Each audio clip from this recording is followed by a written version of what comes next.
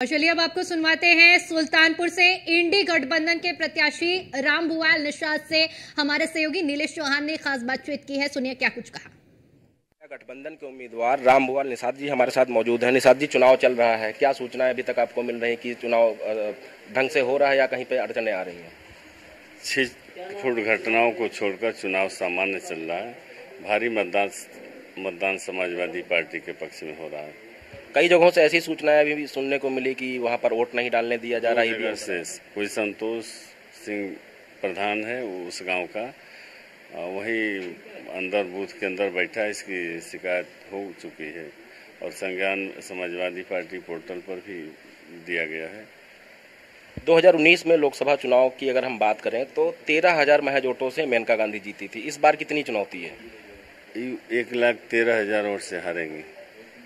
क्या मुद्दे हैं सुल्तानपुर जनता के? आप लगातार सुल्तानपुर की जनता की मुद्दा तो है, उनको सम्मान नहीं मिला जनप्रतिनिधियों के द्वारा। सरकार से, डबल इंजन वाली सरकार से उपेक्षित हैं लोग। कहीं थाने पर जाने के बाद, लोगों को थाने पर ले जाने के बाद हर व्यक्ति से जो गया थाने में दिन भर बैठाया जाता है मेनका जी के संसदीय क्षेत्र में और शाम को 5,000 रुपया लेकर छोड़ दिया जाता है।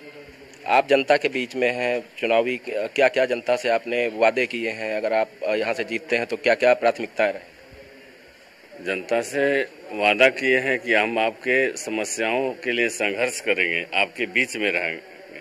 और जैसे अन्य सांसद यहाँ से जो रही हैं, वो जनता से सिर्फ वोट लेकर उसके बाद उनसे दूरी बना लेती थी। 2 दिन पहले ही सोनू और मोनू आपके समर्थन में आ गए हैं। कितना बदलाव उनके आने के बाद नजर आ रहा है? तो भीड़ बता रही थी कितना बदलाव होगा।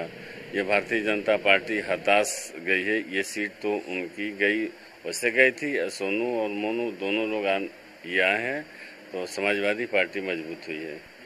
जहां जिससे शिकायतें आ रही कि ग्राम प्रधान वोट नहीं डालने दे रहे हैं, उसको लेकर किसी अधिकारी से आपकी बातचीत हुई? हमारी एसडीएम से बात हुई है। चुनाव का दिन है, सुल्तानपुर की जनता से क्या अपील करते हैं?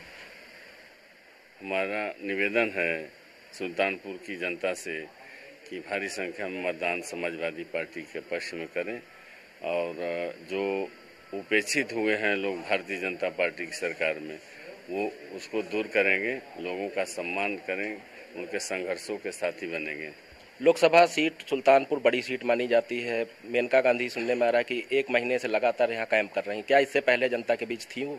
इसके पहले तो जनता में नहीं रहती। उनको पता था कि हमारी मिट्टी सरक गई है, तो अब वो क्षेत्र में रहने लगे हैं। लेकिन उसका कोई मतलब, सब लोग जवाब कर रहे हैं कि आखिर हमारी समस्याओं से आप क्यों नहीं अवगत होती थी। जाने के बाद 7-7 महीने आपके घर का चक्कर लगाया जाता था। बिहार से उनके कुछ जमीन के कारोबारी जो दलाली करते हैं, वो गरीबों की जमीन को हड़प कर अपना बिजनेस कर रहे हैं।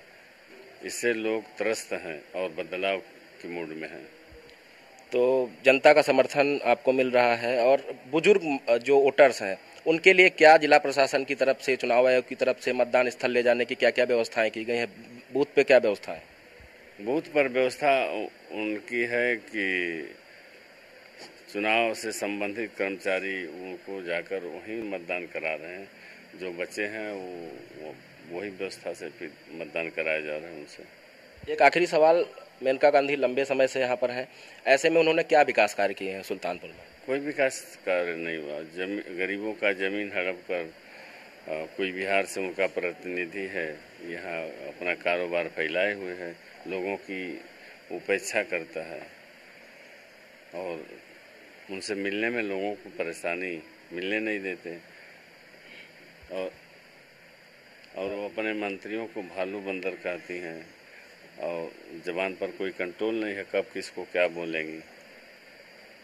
मोदी जी नहीं आए लोकसभा चुनाव में प्रचार करने, बाकी हर जगह जा रहे हैं। मोदी जी नहीं आए और अपने जो होर्डिंग लगाए हैं बड़े बड़े, तो वहाँ से गायब हो गए हैं, तो पार्टी से गायब हैं। ये तो रस्म अदायगी है कि ये बीजेपी में है और बीजेपी भी जाने वाली है, मोदी जी भी जाने वाले, एक बार आने वाले थे तो अब जाने वाले हैं।